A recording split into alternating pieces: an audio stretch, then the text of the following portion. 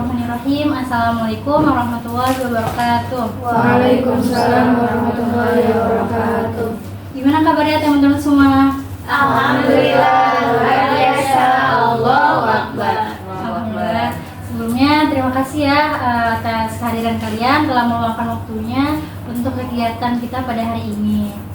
Baik, maka dari itu ada pepatah mengatakan tak kenal maka tak sayang. Iya betul, kenalan. Baik, dimulai dari sebelah kanan saya. Silakan perkenalkan diri. Perkenalkan, nama saya Dini Aulia Ramadhani. Saya Lia Sari. Saya Dudi Menakiki. Saya Nifar Lamalia. Saya Nisa Nursaudana. Saya Siti Amelia Sari. Saya Nisa Fedrisa. Baik, karena kita sudah perkenalan satu persatu, saja kita mulai acara kegiatan kita pada hari ini. Siapa di sini yang mau memimpin doa? Mungkin sebelum mulai acara selanjutnya, mari kita bacakan ayat bersama-sama. Bismillahirrahmanirrahim.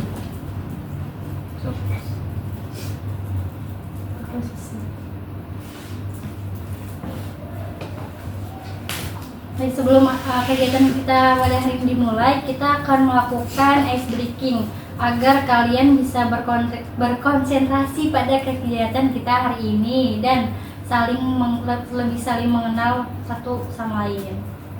Ada yang tahu nggak kita mau games apa? Tahu. Oke, kita mau games mengasah ingatan. Baik, di sini ada Dini. Sebutin nama dan buah kesukaan. Terus nanti sampingnya dilanjut, tapi mengulang gitu ya. Mengulang. Contohnya nama saya Farah, buah kesukaan saya mangga. Terus kamu Dini sebutin buah kesukaan kamu apa, tapi sebelumnya ngulang Farah dulu. Nah, samping saya Farah sama buah kesukaannya apa gitu. Dan saya Dini, buah kesukaan saya ini gitu. Nanti ntar dulu mulainya. Nanti Berkelanjutan. dia nyebutin yang parah. Iya, terus dan pertama. Paling ujung. Samping saya Farah, buah kesukaannya mangga, dan saya Dina Ramadhani, buah kesukaannya manggis. Oke, lanjut. Di samping saya Farah, buah kesukaannya mangga. Di samping saya lagi Dini, buah kesukaannya manggis, dan saya Lia, buah kesukaan durian. Di samping saya Tata, buah kesukaan mangga. Di sampingnya Dini, buah kesukaan manggis. Di sampingnya Lia, buah kesukaan durian. Saya Dedirman, buah kesukaan melon. Lanjut. Farah buah kesukaan mangga, Dini buah kesukaan manggis, Lia buah kesukaan durian, Kadede buah kesukaannya melon, Niva buah kesukaannya anggur. Oke. Farah buah kesukaannya mangga, Dini buah kesukaannya manggis, Lia buah kesukaannya durian, Dede buah kesukaannya melon, Niva buah kesukaannya Apa ya?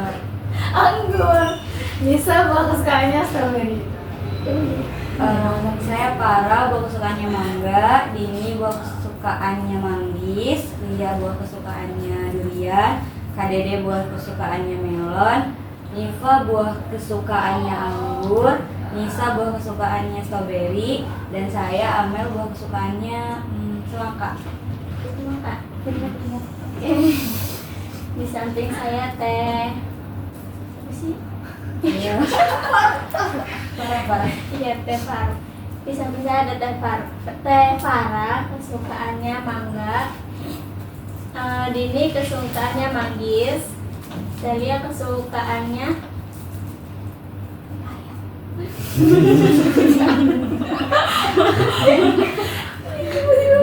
durian. Kadede kesukaannya anggur. Ya kan? Enggak, Iya, iya. melon. Iya kan dalam ya. Nifa kesukaannya anggur. Tenisa kesukaannya Strawberry. Tenisa kesukaannya strawberry. Amel kesukaannya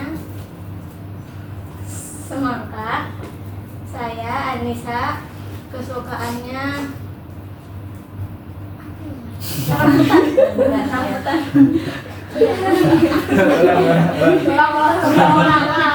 Oke, baik. Karena kita sudah melaksanakan ice breaking, walaupun yang satunya masih belum fokus ya, tapi ya alhamdulillah setengahnya sudah gitu. Baik, saya mau mengecek ulang. Silakan Nifa, buah kesukaannya Lia apa? Durian. Oke, Lia, buah kesukaannya Amel apa? Semangka. Oke. Berarti sudah fokus ya, sudah berkonsentrasi. Selanjutnya di sini saya ingin bertanya, ada yang tahu nggak sih bimbingan kelompok itu apa? Nggak tahu. Apa tuh? Apa? Beneran nggak ada yang tahu? Enggak. Belum. Oke, jadi di sini hari ini kita akan melaksanakan kegiatan bimbingan kelompok. Bimbingan kelompok itu proses bantuan individu yang diberikan kepada kelompok. Itu kelompoknya kalian ya, anggota kelompok. Ya, yang dimana bimbingan kelompok ini akan memanfaatkan dinamika kelompok. Dinamika kelompok ini suasana atau interaksi antar kelompok, saling bertukar pendapat, saling mengusulkan ide satu sama lain. Selanjutnya di bimbingan kelompok terdapat asas-asas. Asas yang pertama tuh yang paling penting tuh asas kesukarelaan. Nah, sebelum saya ingin bertanya, di sini kalian sukarela kan datang kepada kegiatan hari ini? Sukarela banget. Alhamdulillah. Alhamdulillah kalau begitu, kalau bukan secara terpaksa. Ya.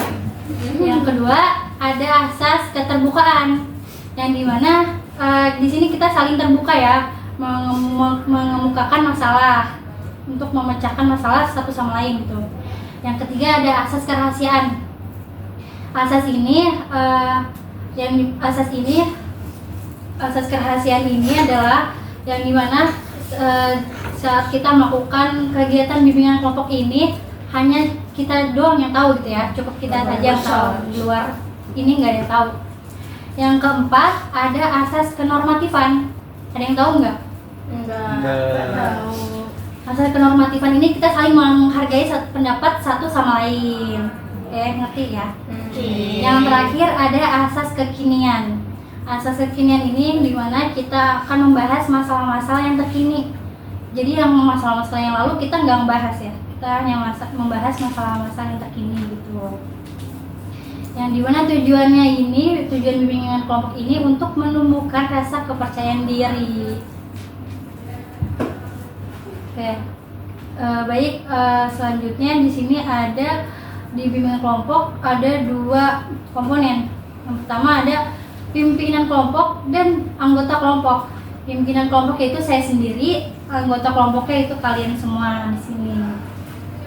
Baik, dari penjelasan saya tadi, sebelumnya ada yang ingin ditanyakan atau sudah paham?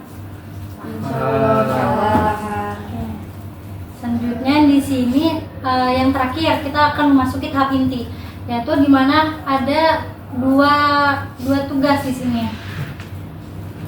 Tugas pokok yaitu dari saya sendiri, yang kedua ada tugas bebas yaitu dari kalian. Baik, selanjutnya kita akan melaksanakan bimbingan kelompok. Saya ingin menawarkan kepada kalian, kita akan melakukan tugas apa? Tugas bebas. Tugas bebas. Ya. Dimulai dari sebelah kiri saya ingin membahas topik apa? Agus yang mana nih? Agus yang mana? Agus mana? Agus yang menikam itu, nikam istrinya.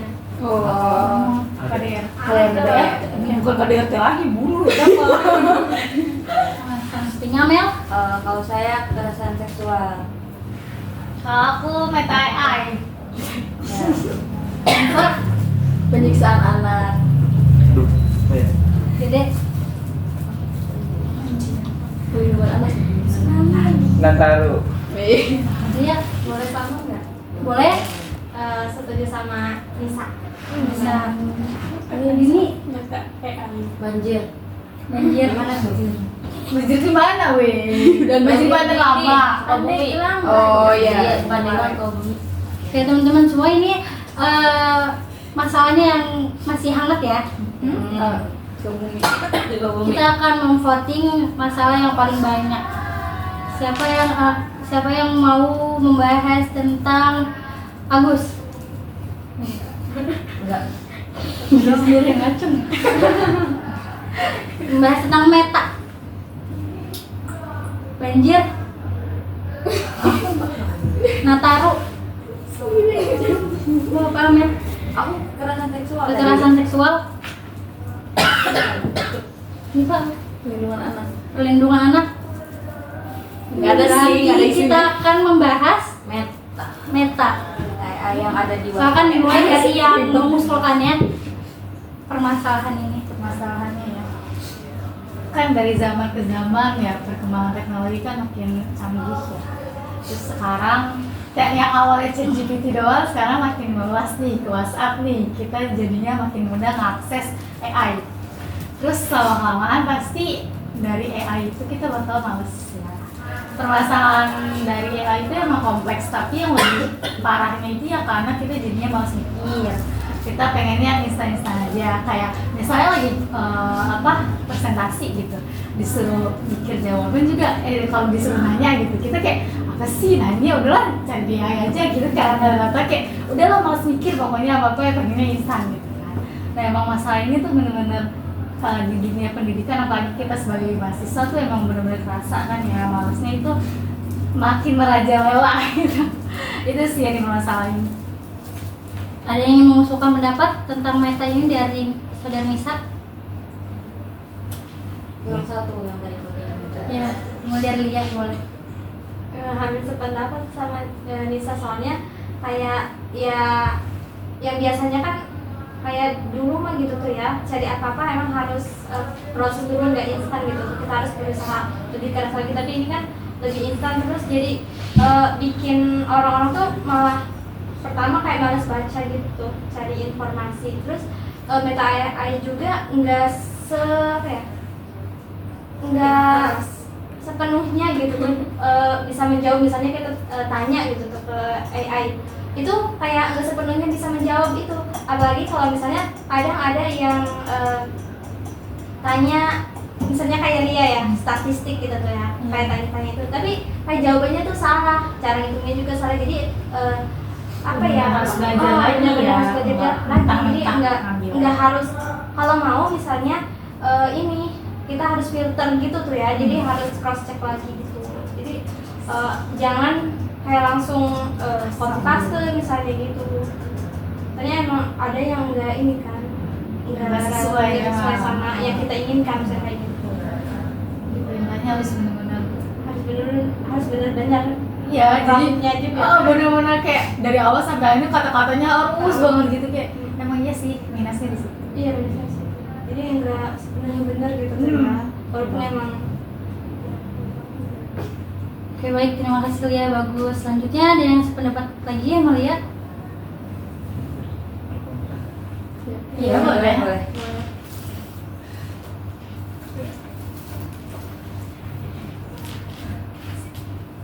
Oke, mungkin gini masuk ya terkait adanya meta AI.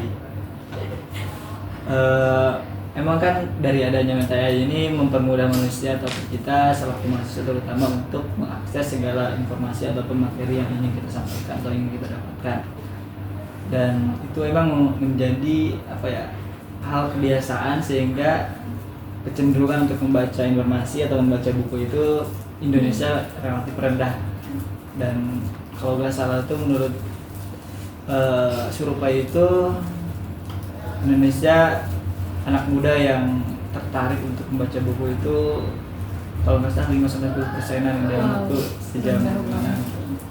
Nah itu kan menjadi sebuah PR bagi anak muda juga, dan Namun di sisi lain kan justru AI itu membawa sebuah keuntungan juga bagi kita ketika kita adanya sebuah tugas ataupun sebuah pekerjaan yang harus diselesaikan secara tepat waktu ataupun dalam waktu yang begitu cepat, misalkan dalam waktu 1 jam atau 2 jam gitu. Dan sementara itu banyak gitu kan. Ketika kita cari informasi data-data dari jurnal itu kan kadang kita membutuhkan waktu seharian gitu kan. Nah, dari AI ini justru menurut saya gitu kan itu membawa sebuah dampak positif juga di samping ada dampak negatifnya gitu. Dan itu bisa membuat kita lebih efektif dalam menyelesaikan sebuah permasalahan ataupun sebuah masalah atau sebuah tugas gitu. Dan memang mungkin dari pembahasan ataupun pertanyaan yang kita sampaikan itu harus emang detail banget gitu kan, karena ketika kita tidak detail pertanyaannya itu ataupun tidak benar-benar merujuk ke sebuah permasalahan yang kita inginkan, jawabannya itu justru tidak akan sesuai dengan apa yang kita harapkan. Justru malah kadang ada yang beda gitu, ada yang harusnya membahas terkait hipotesis penelitian tapi justru malah ke kerangka penelitian gitu.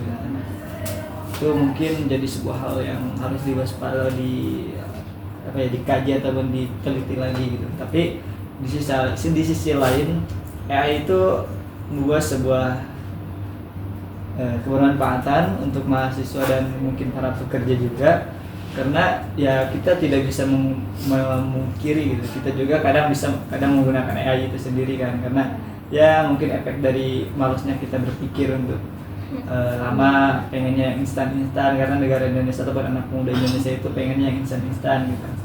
Dan memang itu harus ada sebuah solusi dalam mengatasi AI ini supaya tidak membawa sebuah dampak negatif buat anak muda di Indonesia. Nah, mungkin jadi saya setuju dengan adanya AI gitu. Oke, yang lain silakan tuh. Silakan. Amel, ada yang ingin menambahkan? Kalau saya mah di luar konteks sih. Ini mah keresahan saya pribadi ya. Kan Meta AI kan adanya di aplikasi WhatsApp. Aplikasi WhatsApp kan aplikasi chatting ya. Sebagai mahasiswa, khususnya mahasiswa akhir, ya kan kayak mengalami berbagai macam problematika. Ada beberapa orang menggunakan Meta AI itu karena FOMO. Tahu nggak sih sekarang tuh Meta AI, semisal nih ada orang yang gunain Meta AI, nah dia SS, dia bikin SW dan orang-orang niru gitu. Pernah lihat nggak? Nah di situ tuh saya khawatir gitu. Khawatirnya kenapa? Karena ada beberapa orang ya yang dia tuh nggak bisa kayak komunikasi kayak gini nih, dia bisanya chattingan, sedangkan dia juga untuk percaya ke orang susah gitu. Nah dia luapinnya ke Meta AI gitu kan. Nah yang saya khawatirin tuh takut terjadi masalah mental, halusinasi gitu. Itu sih keresahan saya terhadap Meta AI. Terima kasih Amel. Selanjutnya Nifa ingin berpendapat. Sama kayak Teh Amel, jadi kayak walaupun bukan jadi Meta AI itu bukan jadi ajang buat kita nyari-nyari referensi lainnya, bisa jadi tempat curhat kita juga ke anak Gen Z, tetap pada curhat ke Meta AI karena kurangnya percaya sama teman-temannya, jadi dia curhat ke Meta AI.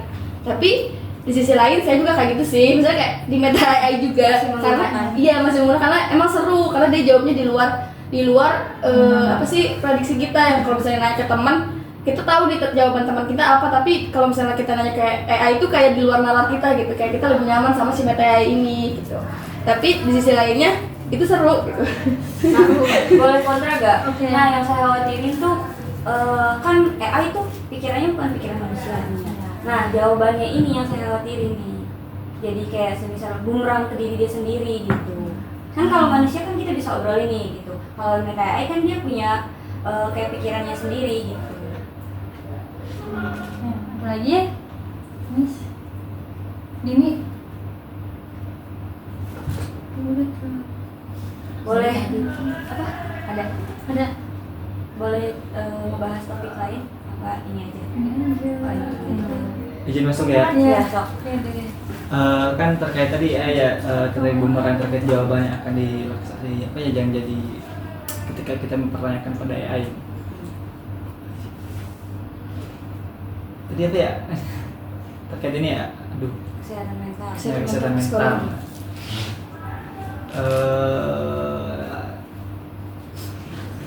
Nah, dengan adanya AI ini kan emang bikin mungkin mempengaruhi terhadap kesehatan mental seseorang, karena ya mungkin kita ada yang percaya atau tidak percaya dengan adanya AI itu sendiri, dengan jawabannya juga ketika kita minimnya pengetahuan atau minimnya ilmu yang kita baca dari perpustakaan ataupun dari buku-buku yang ada, sehingga otomatis ketika kita mendapat pertanyaan atau mendapatkan jawaban dari AI itu, kita kadang bingung nih, ini benar nggak sih pertanyaan apa jawabannya, jawaban yang dari AI ini apakah sesuai dengan pertanyaan yang kita ajukan gitu kan. Karena emang terkadang materi-materi yang disampaikan itu emang kayak benar, tapi itu belum tentu benar juga gitu, karena ada beberapa pertimbangan yang harus kita seleksi terlebih dahulu untuk kita tulis ataupun copy paste langsung ke dalam sebuah jawaban.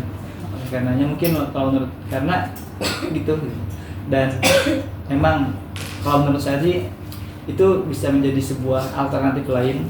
Jadi ketika dalam pembelajaran itu bukan hanya dengan kita bisa melalui dengan apa ya, jadi ilmu itu bisa didapatkan bukan hanya dengan baca buku aja gitu kalau menurut saya ya, karena bisa juga dengan kayak mungkin banyak juga kan di YouTube, di TikTok, di IG yang para konten kreator yang udah membahas terkait bagaimana ilmu pengetahuan, bagaimana terkait dampak positif dan negatif dari sebuah isu yang kita sedang bahas mengenai ini, ataupun dari permasalahan-permasalahan yang ada di Indonesia, ataupun permasalahan dalam sebuah perpolitikan ataupun sosial dan budaya gitu kan. Selain itu mungkin bisa juga lewat diskusi-diskusi ya, mungkin kayak gini juga, obrolan-obrolan kelompok ataupun ruangan diskusi melingkar atau meja melingkar dengan orang-orang yang ya kita mungkin sesuatu yang tidak kita ketahui, justru dengan adanya obrolan seperti ini gitu kan, itu bisa memperdalam ataupun menambah pengetahuan kita, wawasan kita ya, meskipun sedikit demi sedikit ataupun gede juga gitu.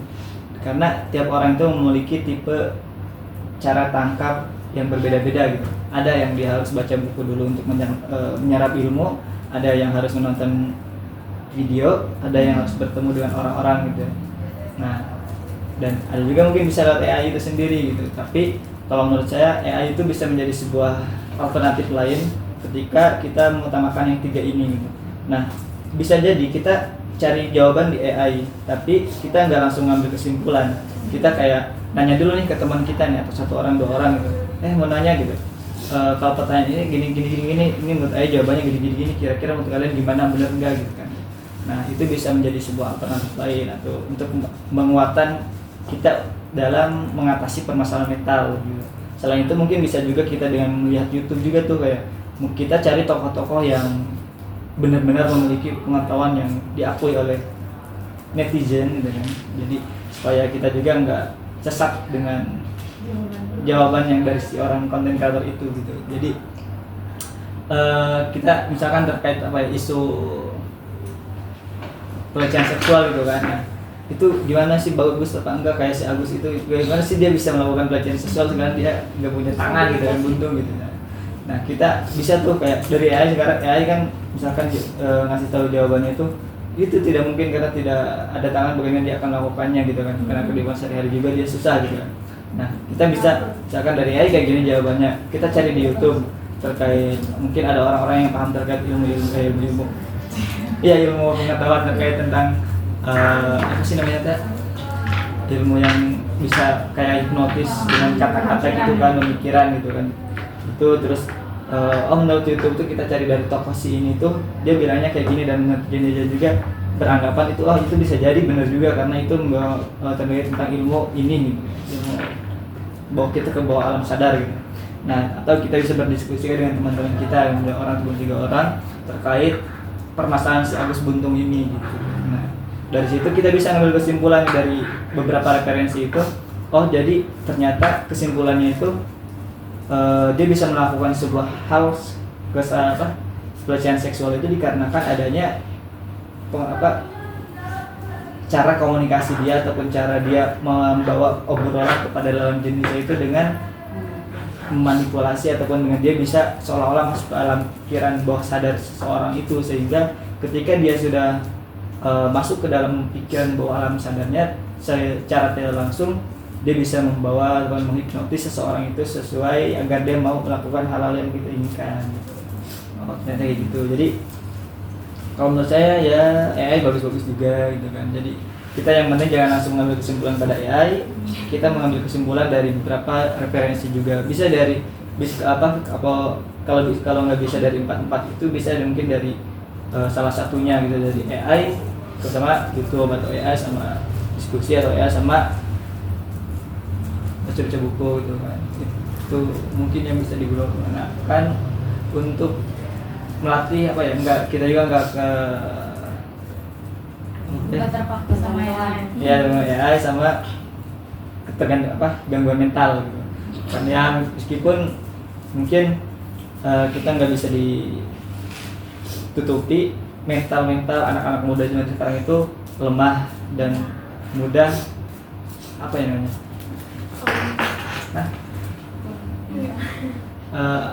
mudah meleleh lah gitu, mudah down gitu. Jadi ketika dia dibentak ataupun dilakukan sebuah kata-kata ataupun tindakan yang tidak sesuai dengan harapan dia ataupun tidak sesuai dengan keinginan dia, itu pasti dia kayak down. Sama downnya itu bukan sehari beberapa jam doang, kadang sehari 2 harian gitu, sehingga dia malas untuk melakukan hal yang ingin dia lakukan.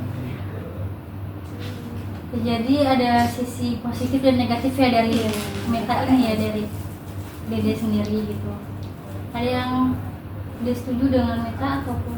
Kalau saya juga setuju sih dari pendapat Kak Dede. Katanya kan meta AI kan banyak manfaatnya untuk kita, selain katanya buat komunikasi, apa sih perbandingan komunikasi kita dengan manusia dan perbandingan komunikasi kita sama AI.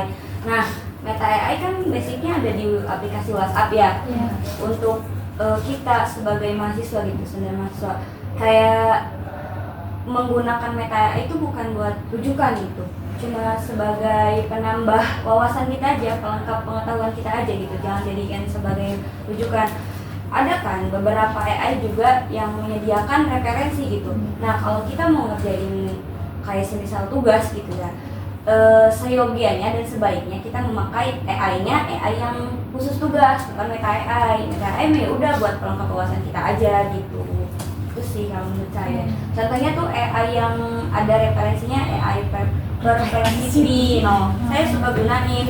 Itu juga maksudnya bukan ngejawab doang, kita juga bisa baca nih sumbernya dari mana gitu. Kalau meta AI basicnya cuma chatting doang, kayak chat GPT gitu. Dia belum diketahui nih sumber konkretnya dari mana gitu. Belum bisa dipertanggungjawabkan. Kalau masalah tugas, kalau masalah untuk menambah wawasan ya sok-sok aja. Selagi kita bisa memilih jawaban mana nih yang kita bisa ambil gitu, jangan mentah-mentah kita ambil gitu. Ada lagi? Kalau sudah cukup. Oke, baik, berarti permasalahan kegiatan kita dalam bimbingan kelompok ini mengenai meta AI sudah terselesaikan? Sudah? Selanjutnya saya ingin tahu kesan dan pesan dari teman-teman setelah melakukan kegiatan bimbingan kelompok ini. Dimulai dari Nifa.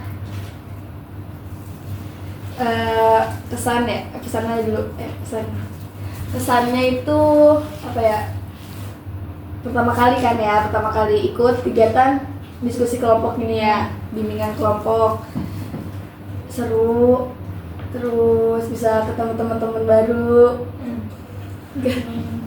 terus ngobrol-ngobrol. Pesannya semoga kedepannya bisa ikut lagi kegiatan ini. Oke, baik. Selanjutnya bisa. Kalau saya pribadi, saya pernah ikutin gini ya, di studi juga sama gitu, ada gitu MK-nya. Saya emang suka itu kayak karena emang cuma lingkaran kecil gitu kan ya. Terus jadi kita berpendapatnya lebih enak gitu kan ya, nggak kayak di kelas gitu kan, kita malu gitu kan. Kalau di sini kayaknya lebih enak, lebih santai gitu. Pesannya apa ya? Ya semoga masih bisa ikut lebih banyak. Bagus. Kalau kesan saya merasa tertarik dengan diskusi-diskusi kecil kayak gini gitu, diskusi-diskusi sederhana kayak kita berbagi pendapat, gitu. Kita menerima pendapat, kita meluapkan pendapat. Kalau pesannya dari materi dari isu yang kita bahas tadi, ya bijak-bijaklah memakai AI. Terus Miss, yuk. Pesan dulu ya. Ya. Saya sama kayak Danifa, baru pertama kali ngikut kegiatan kayak gini.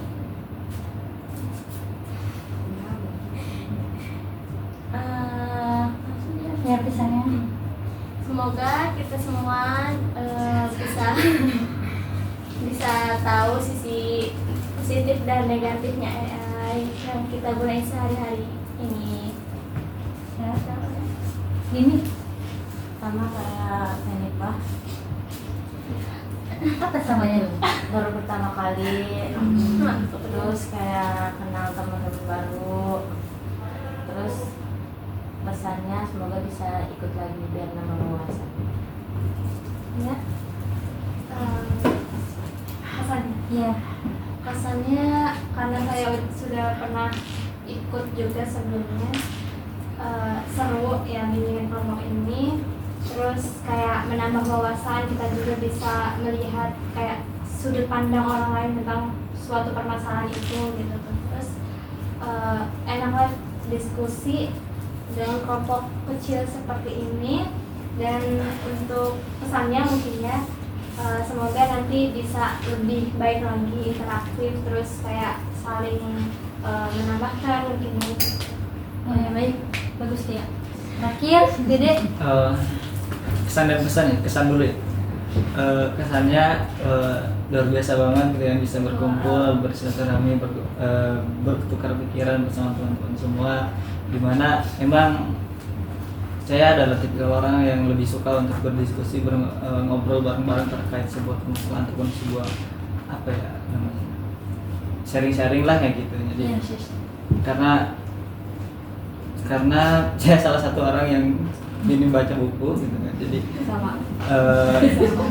alternatif lain ya diskusi ataupun mungkin bisa nonton aja, kalau nonton juga. Ini cukup luar biasa bisa bertemu dengan teman-teman semua yang hebat gitu kan, ya, punya pendapat dan pendirian masing-masing gitu. Dan pesannya semoga bisa berkumpul lagi ke depannya, dan semoga sehat walafiat, semoga apa ya, semoga ketika ada pembahasan ataupun permasalahan lainnya bisa kita diskusikan kembali gitu kan, untuk ya kita jalan silaturahmi dan hal-hal lainnya gitu.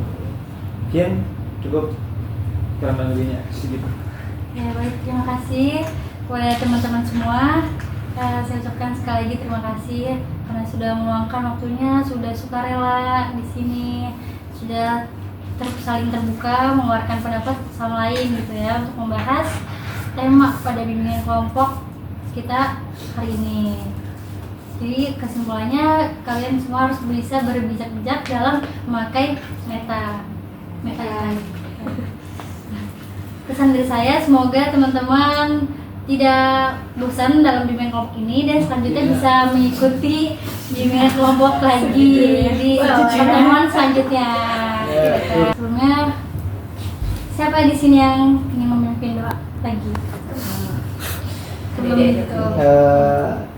Sebelum tutup, mari kita berdoa sesuai kehendak masing-masing. Bacakan doa hamdalah. Alhamdulillahirobbilalamin. Sempurnakan dengan doa kabar doa. Subhanaka Allahumma wa bihamdika asyhadu an la ilaha illa anta astaghfiruka wa atubu ilaik. Baik, terima kasih semuanya. Assalamualaikum warahmatullahi wabarakatuh. Waalaikumsalam warahmatullahi wabarakatuh. Allah